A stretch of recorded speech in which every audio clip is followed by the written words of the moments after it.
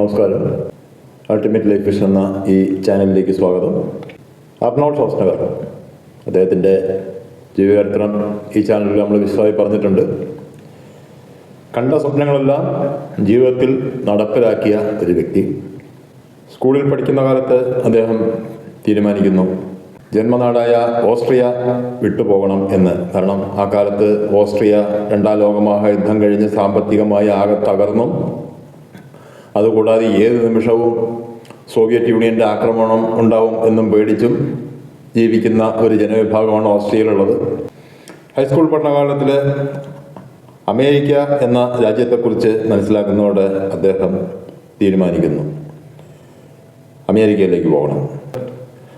15-ാമത്തെ വയസ്സിൽ റെക് പാർക്ക് എന്ന അന്നത്തെ പ്രശസ്തനായ ഒരു ബോഡി ബിൽഡറെ ഫോട്ടോ കാണുന്ന അദ്ദേഹം തീരുമാനിക്കുന്നു ഇതുപോലൊരു ബോഡി ബിൽഡർ ആവണം.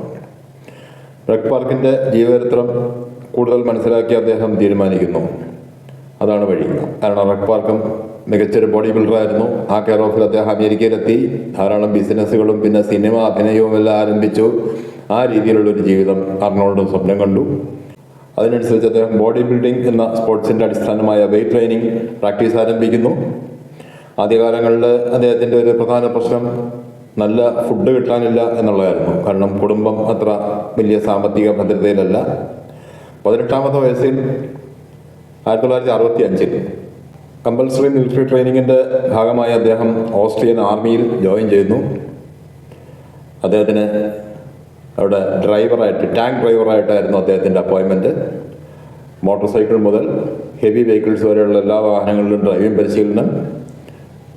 അത് കഴിഞ്ഞ് M47 എന്ന ഒരു പാറ്റൻ ടാങ്കിൽ പരിശീലനം. ആ പരിശീലനത്തിന് ശേഷം ആ പാറ്റൻ ടാങ്കിൻ്റെ ചാർജ് ഫുള്ളായി അർണോൾഡിനെ ഏൽപ്പിക്കുന്നു. അർണോൾഡാണെങ്കിൽ അദ്ദേഹത്തിൻ്റെ വെയ്റ്റ് ട്രെയിനിങ് എക്യുപ്മെൻറ്റ്സ് എല്ലാം പ്രത്യേക അനുവാദത്തോടെ മിലിറ്ററി ക്യാമ്പിൽ സെറ്റ് ചെയ്തിട്ടുണ്ടായിരുന്നു. ടാങ്കിൻ്റെ ഫുൾ ചാർജ് കിട്ടിയതോടെ ആ എക്യുപ്മെൻറ്റ്സ് എല്ലാം അദ്ദേഹം ആ ടാങ്കിൻ്റെ തന്നെ ടൂൾസ് ബോക്സിലേക്ക് മാറ്റുന്നു.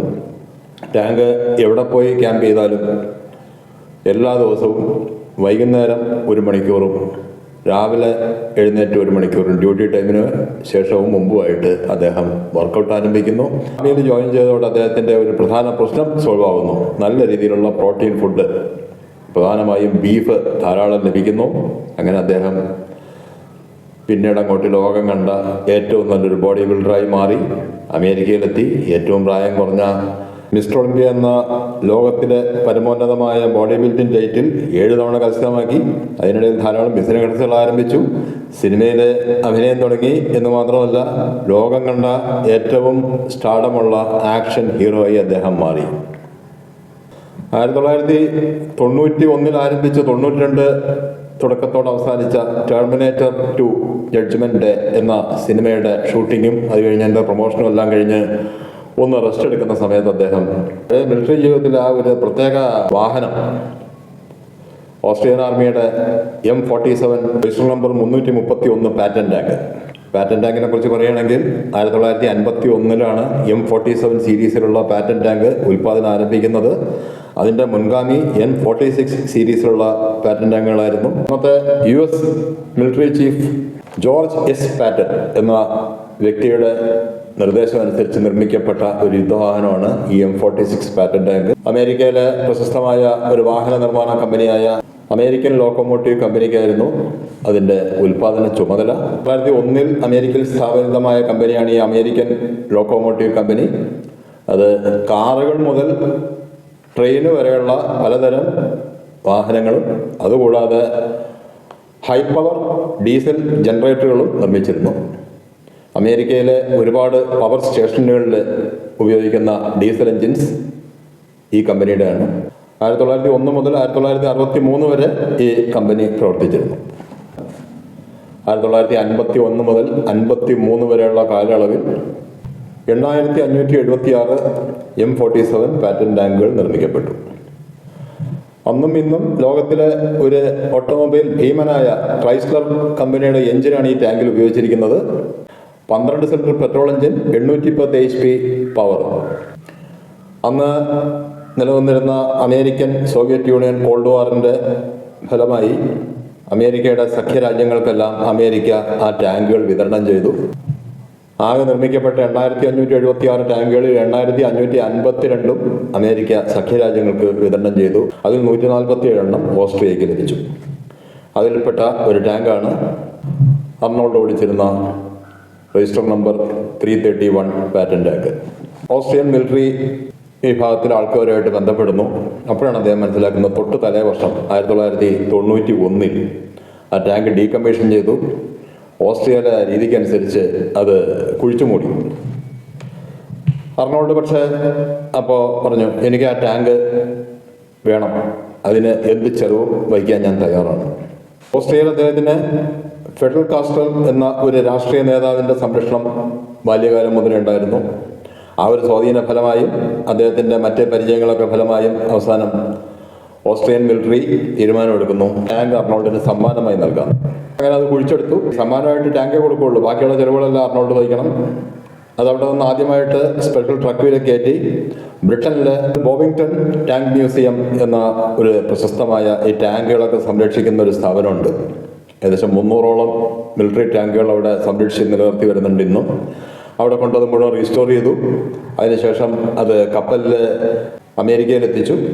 അമേരിക്കയിലെത്തിക്കാൻ മറ്റൊരു തടസ്സം ഉണ്ടായിരുന്ന US മിലിറ്ററിയുടെ അനുവാദം ഇതിന് വേണമായിരുന്നു. ഇതൊരു സാധാരണ വാഹനമല്ലല്ലോ, യുദ്ധവാഹനമാണല്ലോ. ഏതായാലും അത് അദ്ദേഹം സാധിച്ചെടുത്തു. പ്രധാനപ്പെട്ട ഒരു കാര്യം എന്താണെന്ന് വെച്ചാൽ അദ്ദേഹത്തിന് അമേരിക്കൻ രാഷ്ട്രീയത്തിൽ വളരെയധികം അടുത്ത് പെരുമാറിയിരുന്ന ഒരു വ്യക്തിയായിരുന്നു. പിന്നീട് കാലിഫോർണിയ ഗവർണറായി. എന്തായാലും ആ കാലത്ത് പ്രസിഡന്റ് ജോർജ് W. ബുഷും അദ്ദേഹവും അടുത്ത സുഹൃത്തുക്കളായിരുന്നു. അതുകൊണ്ട് US മിലിറ്ററിയുടെ അനുവാദമല്ല വളരെ പെട്ടെന്ന് നേടിയെടുക്കാൻ അദ്ദേഹത്തിന് സാധിച്ചു. ആ ഷിപ്പിങ്ങിന് മാത്രം അന്ന് ചിലവായത് $20,000. അമേരിക്കയിൽ എത്തിച്ച ടാങ്ക് അവിടുത്തെ ഒരു പ്രശസ്ത സിനിമാ ഷൂട്ടിംഗ് സ്റ്റുഡിയോ ആയ Melody Ranch Motion Picture Studio California, അതിൻ്റെ വിശാലമായ കോമ്പൗണ്ടിൽ 22 ഏക്കർ വ്യാപിച്ചു കിടക്കുന്ന ഒരു സ്ഥലമാണ്. അവിടെയാണ് സൂക്ഷിച്ചിരിക്കുന്നത്. അതുകൊണ്ട് പ്രധാനമായിട്ടും ചെയ്തിരുന്നത് കുറച്ച് ആ സമയത്ത് അദ്ദേഹം കാര്യമായിട്ടൊന്നും ചെയ്തു, ഇടയ്ക്കൊന്നും എടുത്ത് ഓടിക്കും, ആ കോമ്പൗണ്ടിൻ്റെ അകത്ത് ഓടിക്കും, വേറെ കാര്യമൊന്നും ചെയ്തിരുന്നില്ല. പിന്നീട് അദ്ദേഹം രാഷ്ട്രീയത്തിലേക്ക് കൂടുതൽ ശ്രദ്ധ കേന്ദ്രീകരിച്ചപ്പോൾ ആരംഭിച്ച കുട്ടികൾക്ക് വേണ്ടിയുള്ള ഒരു ചാരിറ്റി വർക്ക് ആഫ്റ്റർ സ്കൂൾ എന്നുള്ള പേരിൽ പിന്നീട് അമേരിക്ക മുഴുവൻ വ്യാപിച്ച ആ ചാരിറ്റി വർക്കിൻ്റെ സമയത്ത് ഈ ടാങ്ക് അദ്ദേഹം അതിന് ഫലപ്രദമായിട്ട് ഉപയോഗിച്ചു. 2 രീതിയിലായിരുന്നു. ഒന്ന്, ഈ ടാങ്ക് വെച്ച് വർഷത്തിൽ ഒരു തവണ അവിടെ ഒരു ഷോ നടത്തും.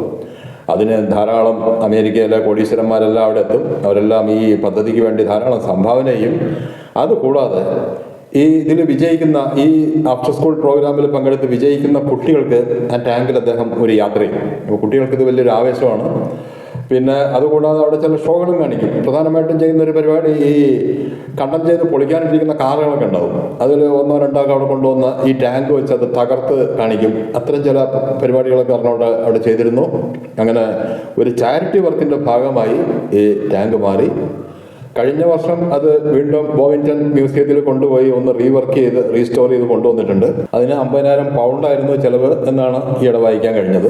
ഏതായാലും ചെറുപ്പകാലത്ത് ബോഡി ബിൽഡിംഗ് എന്ന ആ സ്പോർട്സിന് അദ്ദേഹത്തിന് അടിസ്ഥാനമൊരുക്കിയ ഓസ്ട്രിയൻ മിലിറ്ററിയുടെ ടാങ്ക് ഇന്നും അദ്ദേഹം അതിൻ്റെ ഒറിജിനൽ കണ്ടീഷനിൽ അമേരിക്കയിൽ സംരക്ഷിക്കുന്നു. വന്ന വഴി മറക്കാതെ ജീവിതത്തിൻ്റെ അടിസ്ഥാനം എന്നും ഓർമ്മിക്കുന്ന ആ മഹത് വ്യക്തിയെ നമസ്കരിച്ചുകൊണ്ട് നിർത്തുന്നു.